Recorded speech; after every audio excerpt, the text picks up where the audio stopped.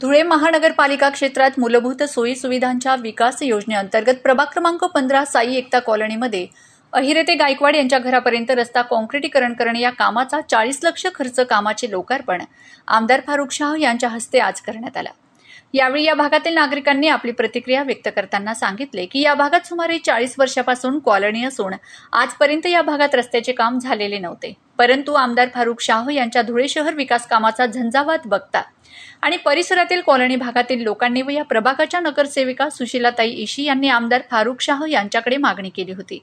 त्या मागणीला तात्काळ प्रतिसाद देत आमदार साहेबांनी या भागात साई एकता कॉलनीमध्ये 40 लाख रुपये कामाचा निधी शासनाकडून उपलब्ध करून दिला व त्याचे लोकार्पण होत आहे। यावेळी आमदार फारुख शाह यांच्यासोबत अमीर पठाण, डॉक्टर दीपश्री नाईक, योगेश इशी, प्राध्यापक विनोद उपरवट, प्रवीण खरे, आसिफ पोपट शाह, प्यारेलाल पिंजारी, डॉक्टर शराफत अली, हारून खाटेक, डॉक्टर बापूराव पवार आणि शाह अजर सय्यद आदी उपस्थित होते।